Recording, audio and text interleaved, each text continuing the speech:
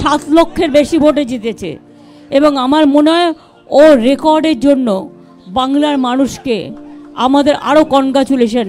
এদেরকে দিল্লির শিক্ষা নেওয়া উচিত, রিগিং করে কিছু হয় না।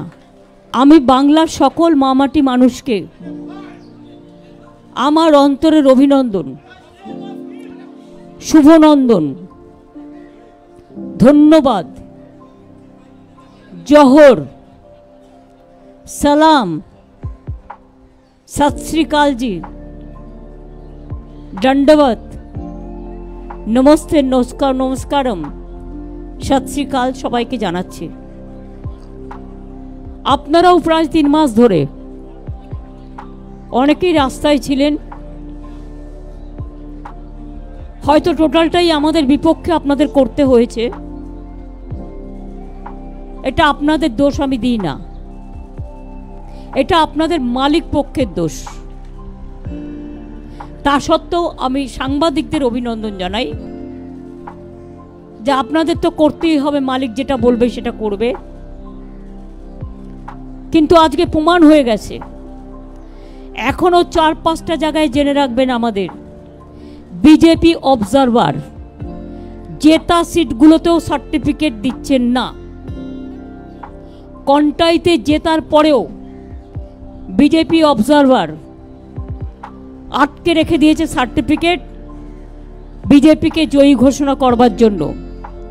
এইভাবে নরেন্দ্র মোদী আরও কয়েকটা সিট, যেহেতু উনি মেজরিটি পাননি, এবং সবচেয়ে বড় কৃতিত্ব আজকে ভারতবর্ষের জনগণের যে নরেন্দ্র মোদীকে সিঙ্গেল লার্জেস্ট পার্টি হিসেবে গুরুত্ব দেননি, বরঞ্চ বাংলার মানুষকে আমি অভিনন্দন জানাবো।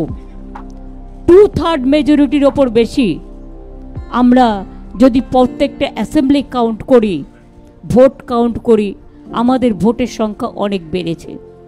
ইভেন যেখানে আমরা হেরেছিও কম, 5,000, 7,000, 10,000 জোর করে হারানো হয়েছে। অবজারভাররা যদি রাজনীতি করে সেখানে আম রিয়েলি সরি, আরও 3-4টে সিট আমাদের পাওয়ার কথা আছে। দরকার হলে কিছু সিটে রিকাউন্টিংও হবে। তমলুকে আপনারা দেখেছেন ওটা ইলেকশন নয়, যা করেছিল নন্দীগ্রামে আমার সময়, ওখানেও টোটালটা রিক করেছে। তাতেও যে ভোটে জিতেছে, রিকাউন্টিং হলে, ভিভিপ্যাট কাউন্টিং হলে প্রমাণ হয়ে যাবে ওটাতেও হেরেছে। 2, কন্টাই সিটে জেতবার পরেও observer is making some politics. BJP observer দেখে দেখে বাংলায় পাঠানো হয়েছে। আপনারা দেখেছেন, আমি নিজেও ভোট দেখতে গিয়ে দেখেছি, স্টেট পুলিশকে কোনো কাজেই লাগায়নি। টোটাল সেন্ট্রাল ফোর্স ইন্ডিয়ার যত সব এখানে পাঠিয়ে দিয়েছে।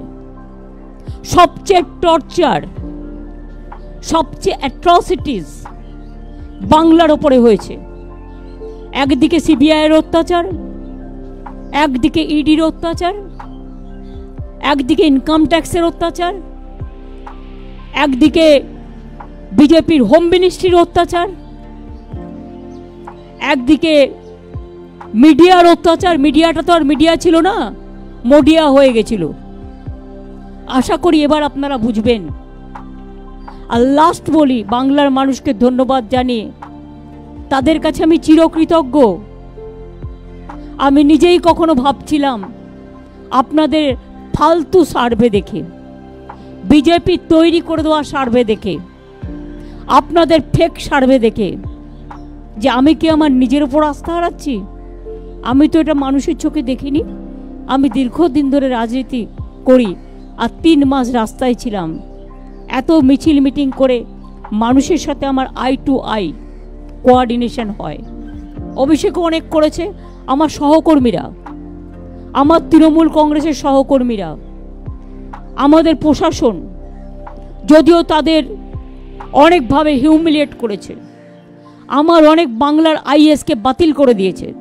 যেদিনই প্রধানমন্ত্রী এসছেন একটা করে ডিএম বাতিল, নয় একটা করে আইএস বাতিল।